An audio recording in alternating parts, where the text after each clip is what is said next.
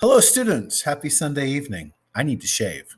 Okay, so this is Unit 2, Matter, Atoms and Elements. So, if you are on the road or want to see this again, you know how this works. I'm going to present this. Atoms and elements. What particles make up matter? What are we made up of? We're all made up of stuff.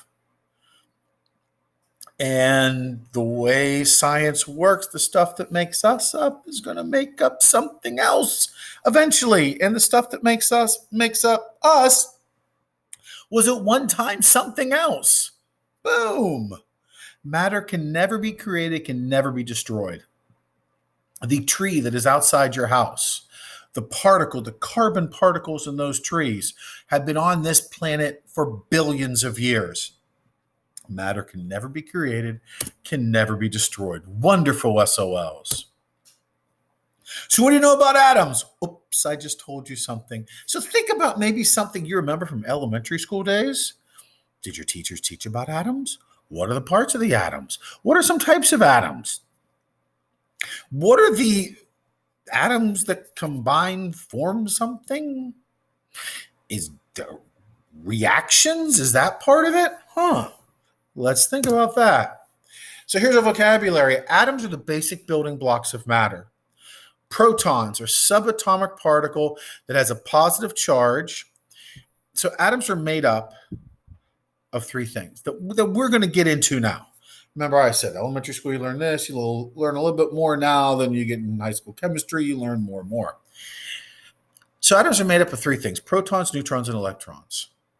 Protons and neutrons gives the atom all its weight. Electrons and protons give it positive and negative charges. There's positive and negative charges in atoms. So protons are inside the nucleus. They're positive and they have weight.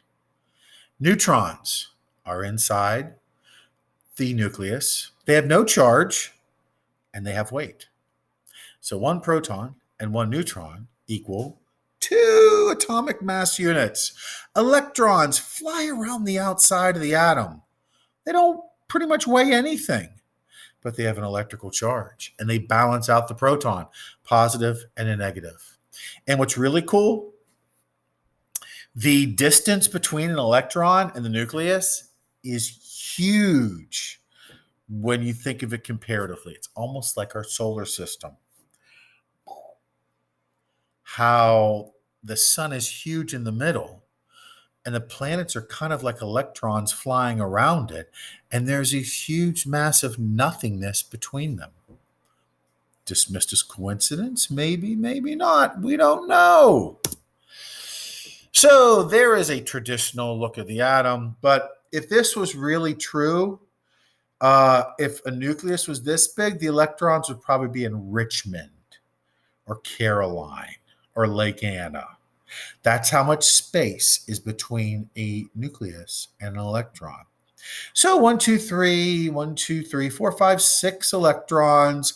1, 2, 3, 4, 1, 2, 3, 4, 5. I don't know what this is made up of, but if there are more negatives than positives, and this has a negative charge, but chances are the electrons and protons are going to add up. Normally they're off by 1, maybe 2. This would be either a positively charged atom or a negatively charged atom. What are atoms? Different types of atoms can be arranged in different ways to form every substance we have ever known. When things fall from space, they have the atoms that we have on Earth.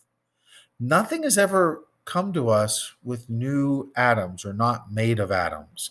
If it did, that would kind of change everything, but we have not seen that yet. Okay?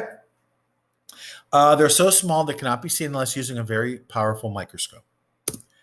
There's a cool video to watch, maybe a question or two in there. What are the parts of the atoms? Protons have a positive charge or in the nucleus, have a weight of 1 atomic mass unit. That's like a pound, but it's not a pound, but it's how we measure how much an atom weighs, an AMU. Neutrons have no charge in the nucleus. They have weight. Electrons have a negative charge, orbit the nucleus, and have almost no mass. Another wonderful video to watch. An element. So what happens? These atoms come together and they form things. They make things. An element is a substance that's made from only one type of atom.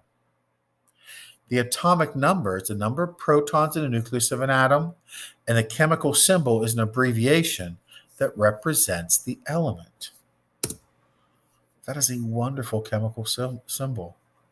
This tells me how many protons are in it. This tells me that it's helium. That tells me the name. And that's the atomic mass unit. So if we have 2 protons and 2 neutrons, our atomic mass is 4. But we got this little bit of almost nothingness. That's what the electrons weigh. Womp womp for the poor electrons. They don't weigh that much. But the protons, but they're very important because they balance the atom. So that is a chemical symbol. You may have seen one of those in here. Periodic table of the elements. Don't freak out. You don't really have to know this until 8th grade, but I'm showing it to you. Here are a lot of the elements that we have today. Here's little helium. But after this class, you should know that copper has 29 protons. After this class, you'll probably be able to figure out, once you subtract the atomic weight from the number of protons, you can get the neutrons. And you have all these little symbols like metalloids and noble gases and transition metals. Don't worry about that yet. But these are ordered in a specific way. What is an element? An atom is the smallest unit of an element that has the properties of that element. How are elements described? Elements can be distinguished by their atomic number and chemical symbol. Chemical symbol is an abbreviation for the name of the element.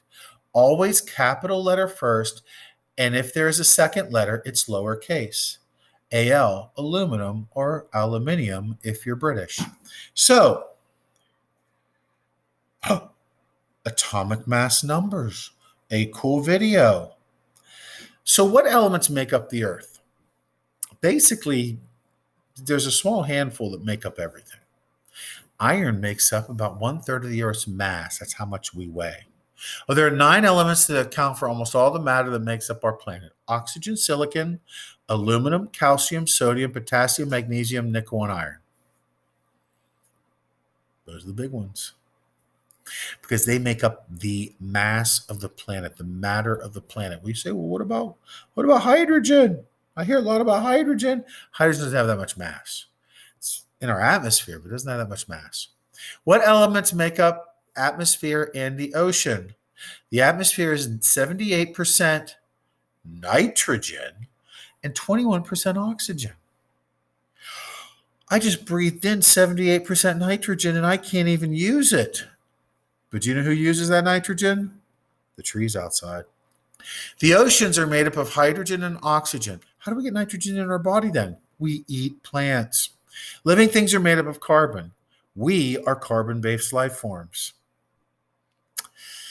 We burn. Anything that burns was once alive. Coal, oil, plastics, paper, textiles, cloth. Rocks don't burn. Rocks don't have carbon in them. So Bill Nye and Adams, we're going to skip that. We're not doing that today. That's a pretty cool 90 natural elements that make up everything. That's kind of cool little diagram. And there are all the chemical symbols. Remember, capital letter first, small letter next. Summing up, atoms are the basic building blocks of all matter. A small number of elements make up Earth, the atmosphere, the oceans, and living things. Elements can be described by their atomic number and their atomic symbol. And I give you a draw it this time.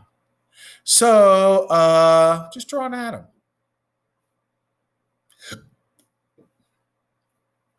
You're going to have to color it. Put certain things in the middle, certain things on the outside, fairly easy. So there, students, we go.